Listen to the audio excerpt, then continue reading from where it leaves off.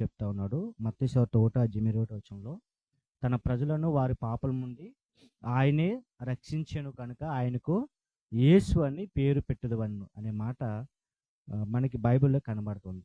క్లియరా? మీరు బాగా ఆలోచన చేస్తే ఈ మాట యేసుక్రీస్తు పుట్టిన తరువాత చెప్పబడిందా, పుట్టక ముందు చెప్పబడిందా?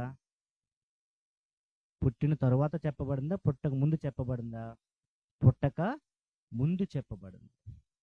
అంటే యేసుక్రీస్తు పుట్టక ముందే దేవుని దూత మరి యేసుక్రీస్తు యొక్క తల్లి యొద్దకు తండ్రి యొద్దకు వచ్చి కొన్ని విషయాలు మనకు బైబిల్లో మాట్లాడినట్లుగా మనందరికీ తెలిసింది. పుట్టక ముందే జరగబోయే సంగతులు. ఈ లోకంలో చాలా మంది పుట్టిన తరువాత కొంతమంది గొప్పవారుగా మారుతారు. పుట్టిన తరువాత ఎప్పుడంటే అండి, పుట్టిన తరువాత ఈ లోకంలో చాలా మంది గొప్పవాళ్ళు అవుతారు అన్నమాట. వారిలో కొంతమంది ఆ ఊరికి, ఏదో ఒక ఊరికి, గ్రామానికి ఉపయోగపడే వ్యక్తిగా ఉండొచ్చు. ఇంకా కొంతమంది ఆ జాతికి, ఆ ప్రాంతంలో ఉన్నటువంటి ఒక జాతికి, మన భాషలో చెప్పాలంటే ఒక కులానికి, కులం కోసం పోరాటం చేసి కుల నాయకుడిగా పేరు పొంది ఆ కులం కోసం అవసరమైతే ప్రాణాలు కూడా ఇచ్చిన వాళ్ళు చాలామంది ఉన్నారు.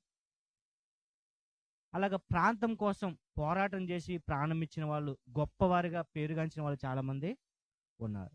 దేశం కోసం ప్రాణం ఇచ్చిన వాళ్ళు, గొప్ప వాళ్ళకి కీర్తించబడిన వారు కూడా చాలామంది ఉన్నారు. ఉదాహరణకి మహాత్మా గాంధీ గురించి మనం మాట్లాడితే ఆయన ఏమని పిలుస్తారంటండి?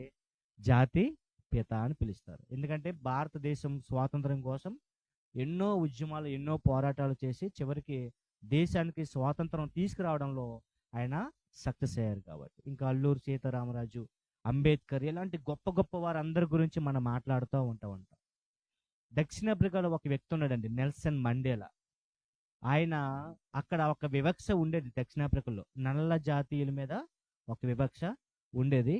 సో ఆ నల్ల జాతీయుల్లో పుట్టినటువంటి వ్యక్తి నెల్సన్ మండేలా కూడా ఆ వివక్ష మీద వ్యతిరేకంగా పోరాటం చేసి నల్ల జాతీయుల కోసం, వారి గౌరవం కోసం, ఆ దేశంలో వారి యొక్క రక్షణ కోసం చాలా పోరాటాలు చేసి గొప్ప నాయకుడిగా పేరుగాంచాడు. తర్వాత ఆ దేశానికి అధ్యక్షుడిగా కూడా అతను తయారయ్యాడు.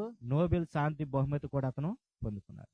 ఈ మాటలు ఎందుకు చెప్తానంటే, ఇంతమంది భూమి మీద పుట్టినా సరే కొంతమంది మాత్రమే గొప్పవాళ్ళు అయ్యారు.